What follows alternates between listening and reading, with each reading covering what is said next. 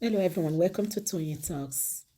Good morning, good afternoon, good evening, wherever you are watching me from. Thank you for tuning in. We appreciate you. Thank you for your comments. Thank you for your like. And if you're a new subscriber here, please don't forget to hit the subscriber button so that you don't miss out on our videos.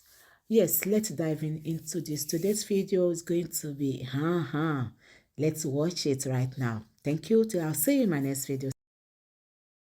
Hello, Daddy. Ṣé ẹ fẹ́ dá ṣètò ni sà? Okay. Oya. Bàbá mi. Agbedegbeyo Àjàdí ọmọ ya tí gbàgbà ìyàwó àtàrúgbó ṣe lóge. Bàbá mi o.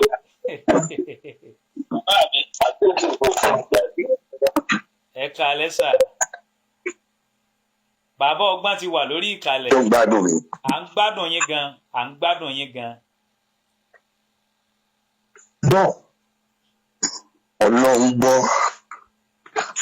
Ọlọ́run mọ̀. Àṣé Ọlọ́run bẹ́ẹ̀ni nìkan lọ. Ṣé lóòótọ́ ni Àjàdí? Bẹ́ẹ̀ ni bàbá o, Ọlọ́run fẹ́ nìkan jẹ nìkan lọ o. Bẹ́ẹ̀ ni sà. Lóòótọ́ ni. Òótọ́ ni. Ṣé bíbí ni gbogbo wa wà? Lẹ́yìn tọ́mọ Adéwùdù kọjá sílùú òyìnbó tó ní òun ò lọ Nàìjíríà mọ́. Àbí bẹ́ẹ̀ kọ́? Òótọ́ ni bàbá, òótọ́ ni sà, àgbà ò ní tán lórílẹ̀. Lórí téèyàn ò bá ṣe èmi ò ní sọ ohun tó sọ la gbọ́. Ó lóun ò ní gbọ́ Nàìjíríà mọ́. Bẹ́ẹ̀ ni ó sì. Ìyẹn oní kírìmù bẹ̀rẹ̀ sí ní sá kíjokíjo kiri. Kíkú ti fẹ́ ṣe é. Òun àti sáàmì ẹ̀bọ dáràn. Torí bọ́rọ̀ yóò kàn án ṣọbọdọ́ yọ pé ló bá wá. Ibùdó ló tiẹ̀ wá rà. Ọmọ ẹran ṣe dé gbá. Ọmọ ẹran kan ṣàdédé ló gbá ni. Wọ́n wá ṣe bí eré. Èmi tí ẹ̀dẹ̀ ń gba ọmọ Adéwùdù nímọ̀ràn pé ikú tó bá fẹ́ pààyàn tó bá ṣíyàn fìlà ó ní kéèyàn ṣọpẹ́ ni nítorí pé 27 bàbá nígbàgbé Àjàdí inú àhámọ́ ló wà o. Bẹ́ẹ̀ni.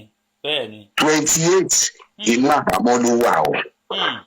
29 inú àhámọ́ ló wà o.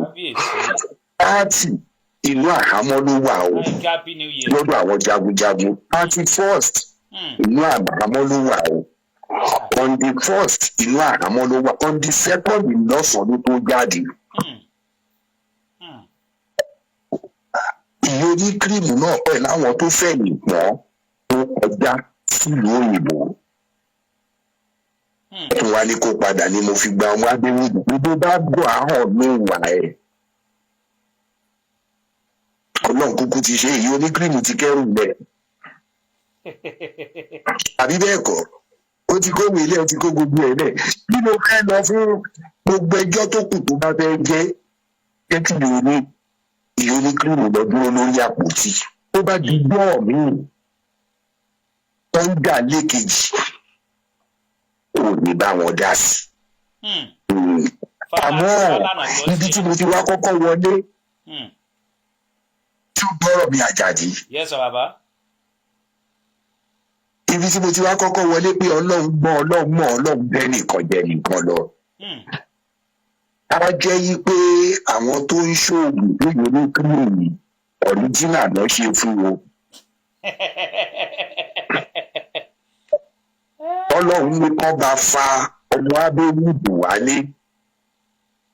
Bẹ́ẹ̀ wá gbọ́ Àjàdí mo tiẹ̀ fẹ́ bí ẹ̀. Yes sir. Bó bá ṣèwọ ni ìgbò ní kírìmù Ọlọ́run wá ṣe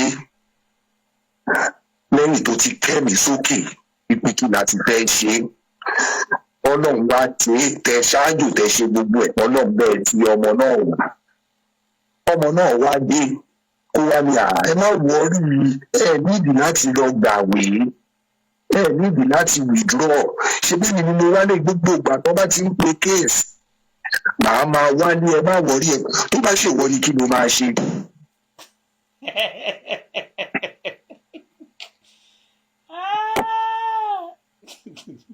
mo fẹ́ kó dáhùn béèrè yẹn ni. bó bá ṣèmi náà ni èèyàn náà ó fọgbọ́n àgbà sí náà ni ikú tí pojú gbẹ̀ ni òwe nípa fún ni ìwà lè gbé tèmi lọ́wọ́ ilé gbé tèmi lọ́wọ́ kí n wá tún máa fa tẹlòmí ọwọ́ wàhálà nù èmi náà ó tì í wájú ni. lóòótọ́ ṣé pé wàá gbà wí ẹ. èmi náà ó tì í wájú ni ń gbà ẹ̀ la lọ̀rọ̀ ni gẹ́gẹ́ bí ẹ̀yin bàbá wa ti kọ́ wa. ló wá dífá fún yòówù ó dáa mo gbádùn ọ̀rọ̀ ẹ̀ ló wá dífá fún yòówù ní kírímù bí wọ́n tún kó ẹ̀ ń papá mọ́ra tó kó ẹ̀ papá mọ́ra dáadáa wọ́n ní gbogbo ìgbà tó bá yà wọ́n á máa wálé má lọ gbà wúyẹ kó fọwọ́ ẹ̀ síbi tọ́wọ́ ń gbé kó gbókùú ẹ̀ kó máa lọ tajà ẹ̀ tó bá dijọ́ ọ̀hún ó ti ní òbí mọ̀ ń bẹ̀rẹ̀ o orí tó bá wù ẹ́ kó gbà wí èmi ò tiẹ̀ gbúdẹ̀ fẹ́ kọ́kọ́ wù fún ẹ mo fẹ́ kọ́ fi ṣe àtìtò gébo lóòṣà lọ́wọ́. ó kú bá bẹ ẹni tí ó bọ̀.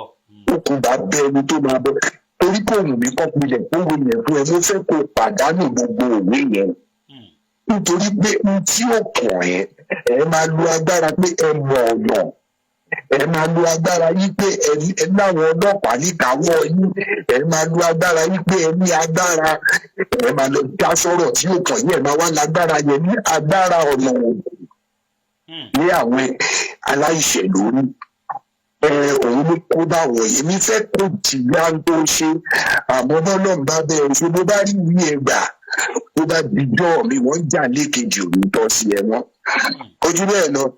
ẹ ṣé bàbá. Agbedegbeyo ọmọ àgbà ó kí ẹ púpọ̀. ọgbọ́n tẹ fún wa náà là ń lò bàbá.